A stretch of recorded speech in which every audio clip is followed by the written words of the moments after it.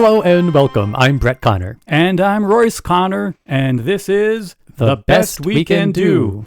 Here's the best we can do on today's episode. It's the holidays. It's Christmas. Ho, ho, ho, ho. We are talking about Christmas today, everybody. Happy holidays. That's right, I said it. Happy holidays. Live with it. We're going to talk about the good things about Christmas, and we're going to talk a bit, Royce, about the not so good parts about Christmas. Now, people might be surprised to hear this, since apparently I'm known as the cynical one, Brett. But I actually love Christmas. I get so excited about the holidays, so this is my favorite time of year. People, don't get me wrong.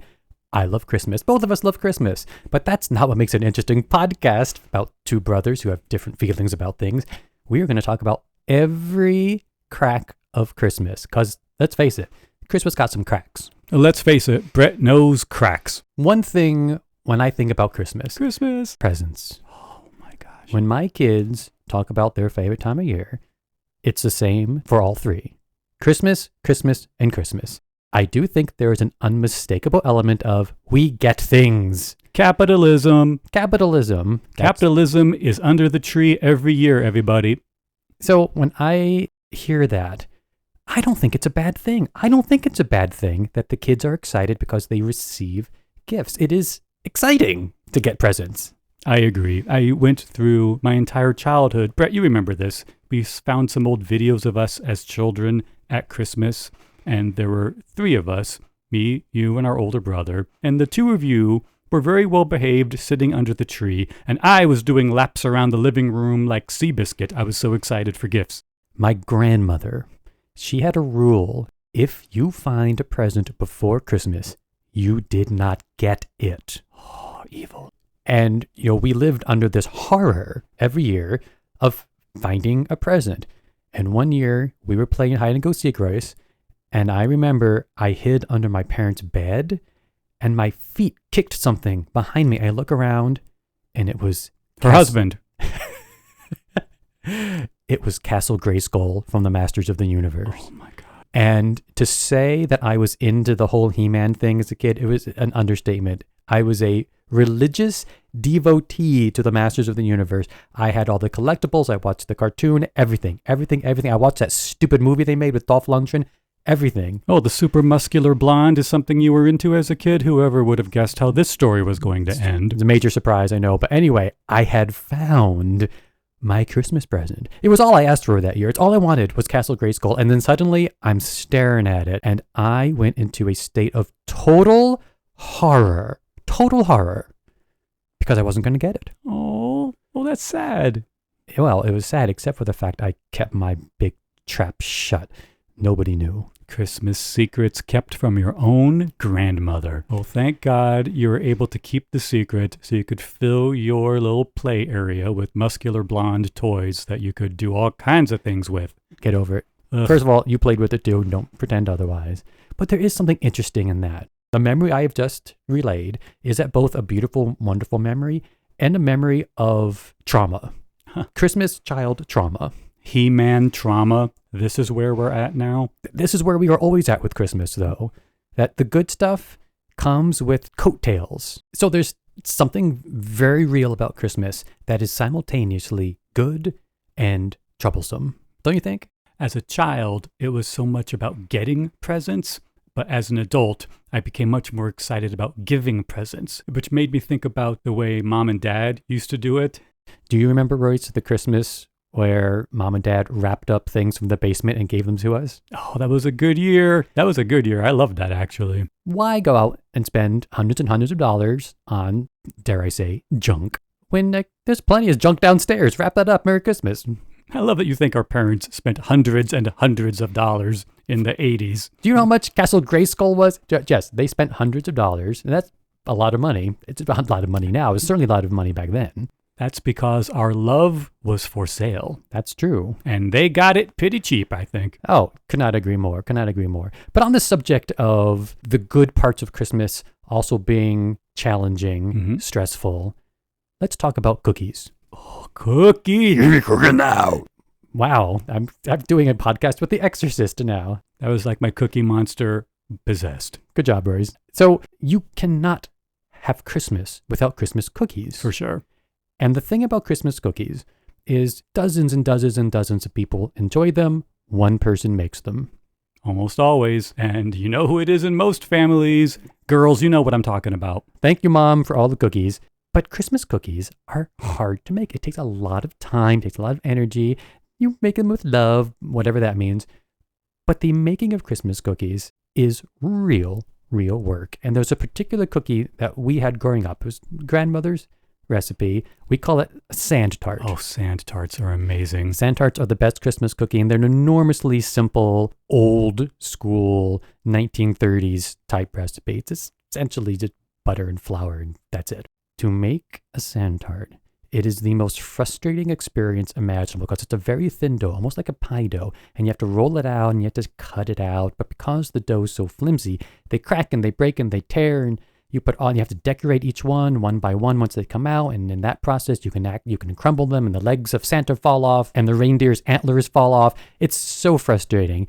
And every single year, I keep up the tradition that my grandmother and my mother and now me keep it alive, making sand tarts, and every single year, I swear to God, it's the last year I'm doing it. Part of the tradition is the parent making it goes through a special kind of Christmas hell while the kids sit there and observe and then complain that it's taking too long. Christmas.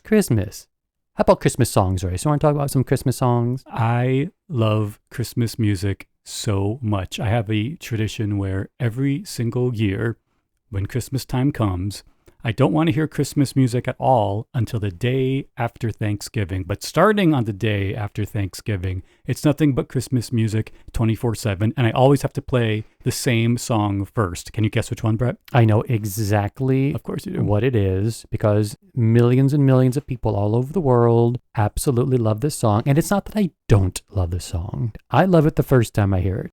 The millionth time I hear it, I want to go insane. That's right, folks. You guessed it. The song I need to hear first is Mariah Carey's All I Want for Christmas Is You. But what you might not be able to guess is what song I like to hear second. This is a relatively new one. I heard the song, 2 or 3 years ago, and it became my second favorite Christmas song. Folks, find it. It's by a woman named Anna Gasteyer. She used to be on Saturday Night Live. She's hysterical. I love her. And she has an album and a single from it called Sugar and Booze, and it's my new favorite Christmas song. It's really a Christmas anthem in this house. Give me my sugar, give me my booze, it's Christmas. It's very much a Christmas song for you, Royce, I agree, but it benefits greatly from not being overplayed, unlike Mariah, which suffers. And it is a great song, and she does have a great performance on it. I can't say otherwise. I just don't want to hear it 5,000 times a day. Your loss. Christmas music is the best, and Mariah's song is my favorite, but also Sugar and Booze. And there are such a backlog of great Christmas songs. I always think, I don't need another one. I don't want another Christmas song. There are too many Christmas songs. I don't want or need any more. Now, who's being a cynic, Brett? Well, this is usually my reign. That very well might be true, but I'll tell you, every now and then a song breaks through. And I have to say, Cher's Christmas album from a couple years back. Amazing. She has a song, it's a ludicrous title. It's called DJ Play a Christmas Song. Oh, it should just be called, Hey Gays, It's Christmas. I think that's the subtitle. And the whole song, it's ludicrous. It's about Cher walking into a club and going up to the DJ and demanding Christmas carols. I mean, which is an absurd notion. Like, no, but you take Cher out of the wigs and the makeup and send her to stand in line at any club in America. They will boot her 50 feet from the front door. Booting old ladies at the club? They don't want her, but Cher can put out this song about walking into the club with the lights and the music and DJ, play a Christmas song. I love it. Cher could walk into a club and demand that they sacrifice a toddler, and they would probably do it. Maybe that's how she keeps so young. Ooh, we're on to you, Cher. Cher has many secrets. Music is, of course, this wonderful tradition that's shared at Christmas time. But something I've always found fascinating about Christmas is that while there are some ways that people celebrate Christmas that are nearly identical, giving gifts, getting a tree, there are often traditions that are unique to each individual family. For us, this was one of my favorite parts of growing up. while sure we did those traditional Christmas things, there were presents, there was Santa, there were songs. Our unique thing, and families, you all have this one unique thing that no one else does. For us, at midnight on Christmas Eve, a group of us would pack up the car and drive to the local truck stop. It's called Buckhorn Truck Stop. Every trucker on the East Coast traveling between New York and San Francisco drive past it. It was almost always full, and we would go and sit at their booths where they had these black and white coin-operated TV sets, and we would watch the Pope's Mass coming out of the Vatican, and it was amazing. Amazing. Like, that became such a thing for us, Royce. And people would just know. We didn't have to arrange it in advance. This was before cell phones and all of that. People just knew, if you're in town and it's December 24th, get yourself to the truck stop at midnight. We'll be there. The Connors are at the truck stop. You look at the TV, it's the Pope. You look at the wall, and it's a stuffed cougar. It was a strange place, but it makes me think of Christmas. I mean, it is such a personal tradition to us. I don't think there are too many families in America that involve a truck stop at midnight as their tradition. But that's the amazing thing about Christmas. It is ripe for celebrating traditions and creating new ones all at the same time. Very nicely said, as usual. We should talk a little bit about some of the shared traditions that make Christmas such a special time of year and also causes horrible pain and childhood trauma.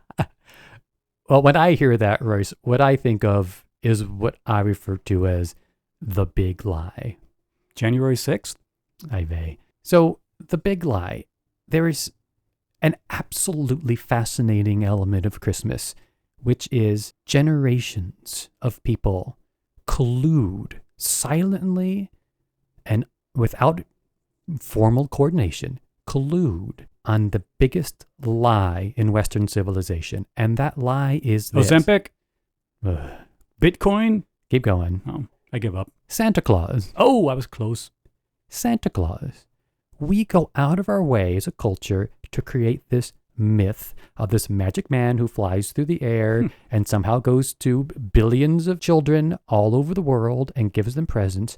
And we create actual pieces of evidence for children to discover and prove that there is, in fact, a Santa Claus. Hey, there were no presents under the tree last night, and here, Christmas morning, there's presents under the tree. I left some cookies and milk for Santa last night, and this morning, they're gone. How are we surprised that as adults, people tend to believe some strange things that are, in fact, not true when we, from a very young age, train them to believe something that we all know is not real? Think about it.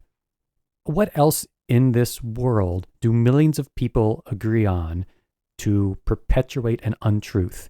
And why do they do it? It's fun. We do it for fun. Do you remember when we were so sure as kids that we had cracked the code of Santa, that we had figured out that it is in fact our uncle who's been dressing up as Santa, and we thought we were so smart?